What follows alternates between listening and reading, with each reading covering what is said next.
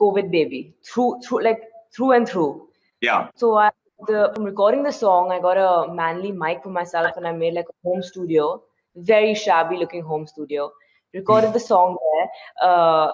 From that, all the music video ideas, everything happened in this living room. Artwork shoot happened in this living room. When there was curfew going on and the world was feeling like it was falling apart. And then all the promos happened here.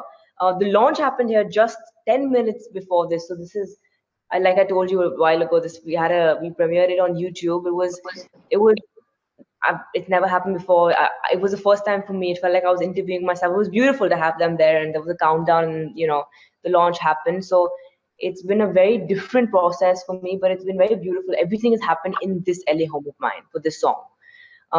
So it's just been something that I've never experienced before. It's just, and it's been, me and my team, and literally everything has happened. We were just talking the other day, like all corners of this house have now been used for something to do with Let There Be Love. So what's the competitive landscape looking like right now, Ananya? The kind of singers, the artists that you're taking your inspiration from, you're setting your benchmarks from in building your own singing career? Right now, I think the entire landscape of everything, especially in this industry, has completely changed. I think every industry. So people aren't touring right now. We can't tour. We can't travel, social distancing. So it's very tough to say because I really don't know what may happen tomorrow in this world.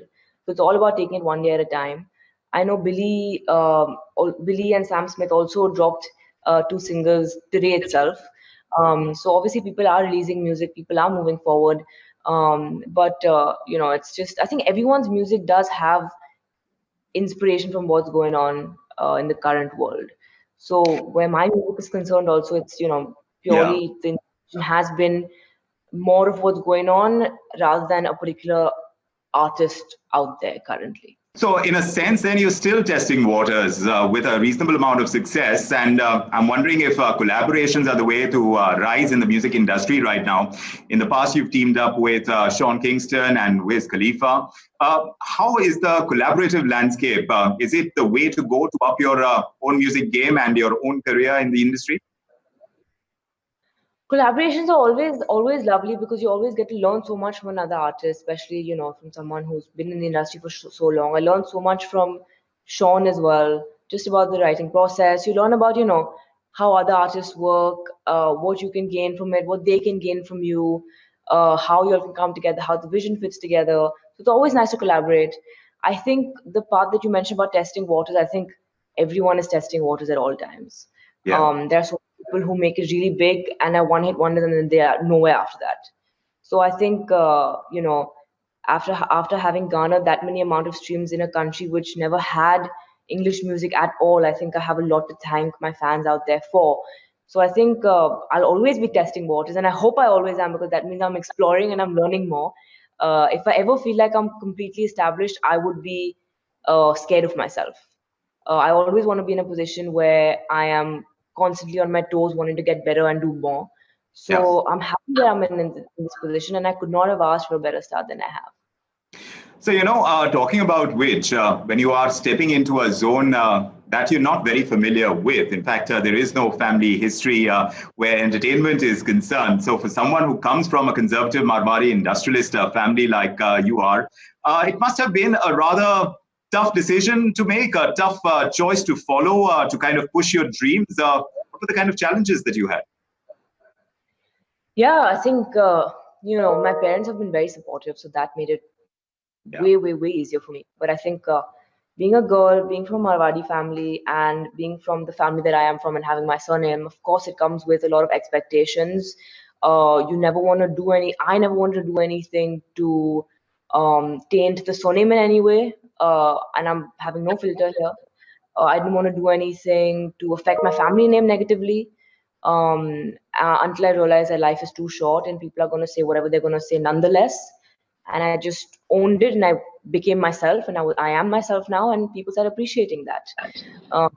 So it was tough initially, even something as, like how do I handle my Instagram, things like that. And eventually I was like, nah, I just have to be myself. This is what I'm going to do. If I want to post this picture, I'm going to post this picture because this is who I am. I'm comfortable in my body. Now, if someone has a problem with that, they don't have to follow me. And as soon as I took up that and accepted that unapologetic way of living and being myself, everything kind of started falling into place. So no matter what background you come from, I think it's always going to have advantages and disadvantages. And like you said, I'm the first, I think, in my entire family, eight, nine generations to be in the entertainment space. So that in itself was a little bit of a stigma. So people take time to come around, but as you start getting successful and as you start moving forward, people start seeing your talent and your dedication and your hard work. Everyone starts to come around, but you need to believe in yourself and you need to be unapologetic. And I think I've reached that stage. Which is great. Now that you're at that stage and you can look at it in hindsight and say, yes, this is what I was meant to do. But when you're going through it, there would be a lot of naysayers and they would kind of hold you back rather than encourage you. It didn't come from your immediate family, but there must be the larger circle that would have tried to hold you back. How did you kind of, what was that like? I think my mantra in life has always been that I have a very, very tight group of friends and family. So I don't talk to too many people outside that group in any case. So I'm sure people said things, maybe people still say things, good or bad. Maybe people said good or bad things. I really don't know. And I think I like that. I consciously protect myself. So for me, I talk to my closest family and my bestest friends, and then of course people I work with, and then my fans and my followers. So that middle group of acquaintances and extended family, I don't really interact with them too much because I want to protect myself and I like keeping positive energy and love around me. So I'm sure that happened, and I'm sure it happened, and maybe opinions have changed and things like that. But I think it's been positive and all love. So I'm at a good, very, very good place right now. Since you have had recent successes, Ananya, you would have thoughts about turning yourself into a brand in this chosen career path. A brand that stands for a certain kind of image, of a certain kind of music, of themes that get reflected in your lyrics. And you've constantly maintained that it's the experiences that you have that you put into your songs. But how have you worked yourself on shaping up yourself as a brand? Uh, Honestly, the only mantra that I follow is to be myself because there's so much clutter that it's so easy to get lost. And the only thing that makes us individuals is the unique personalities and who we are as human beings. So if I keep changing, I keep changing, but that's who I showcase, that's who I show. This is who I am, and this is what I show to the world. This is just what it is, and people buy into it. People buy into it, and like I always say this, yes, promoting is important. Yes, interviews are important. All of these things are very, very important. But at the end of the day, it is all about the music.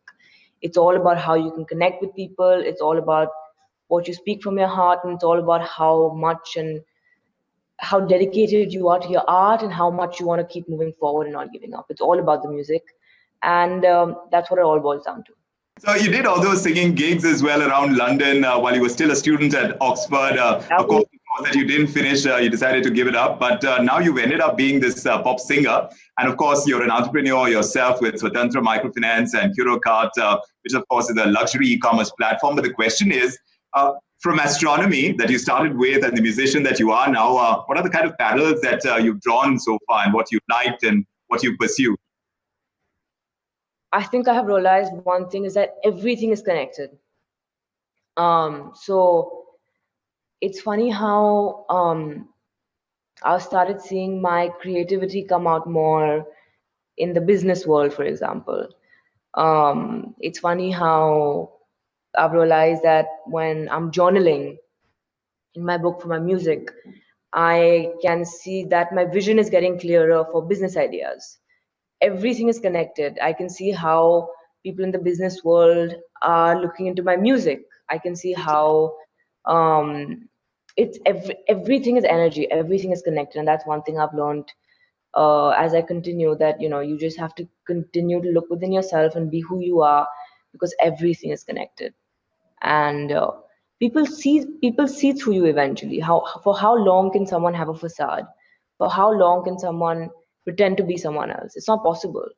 And the entire idea is to just continue to be yourself and to keep becoming a better human being, which I genuinely try to do. I have many, many flaws, and that's what makes me who I am. But everything is connected. You trained in Indian classical music. You learned how to play the santoor and the guitar later. But it's only about 3 years ago, I think, that you decided, 2016, isn't it? So about 4 years ago that you decided to make music your day job, so to speak. And this after you set up a couple of those startups. So now that you have all of these interests going, the businesses as well, the passion that you're following, which is your music, how are you able to do the juggling act? Because are they on remote now? Those businesses, those have to grow. They are startups. So how do you manage all of this? So Swatantra Microfin will actually be touching $1 billion USD GLP. So we've been growing very fast. We've gotten best places to work, ET actually, in fact. Of course, this was before the pandemic. So I have a great team in place, and I've chosen everyone, literally, sat face to face with them for weeks before, recruiting them. And everyone has tons of emotional equity, and that makes a huge difference because the startup, everyone comes with this shared vision and everyone has seen it grow. So having a beautiful team has made it way, way easier for me because now I'm in a position where I can steer the boat strategically, but take a step back and then review it every month. So it doesn't take too much of my time, but I'm here 24/7. And given the world with Zoom and FaceTime and WhatsApp and iMessage, you can stay connected all the time. So, touch wood, that's doing really well. And even during the pandemic, even after everything happened, Swatantra and Ikai SI both, which is a new branding for Curo, fell under essential businesses. So we were able to restart very quickly, and our collections went up very fast after that, given the customer, relation that we had, the client-customer relation. So, touch wood, it worked out really well for us. But I know there are people out there who are suffering massively, but I just got lucky.